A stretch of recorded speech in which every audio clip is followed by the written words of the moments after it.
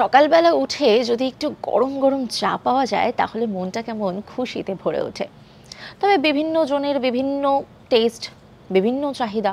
কেউ ভাবেন লাল চা হলে ভালো হয়, আবার কেউ বা বেশ মোটা দুধের চা যার উপর শটটা একেবারে ঠিক ঠিক করবে।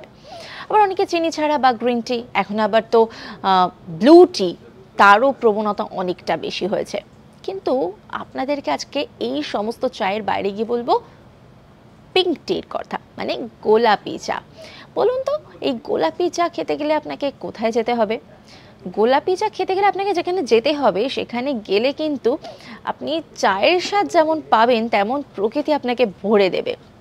ভারতের ভূস্বর্গ মানে কাশ্মীরের কথা বলছি, সেখানে গেলেই আপনি পাবেন পিঙ্ক টি। কি যাবেন নাকি?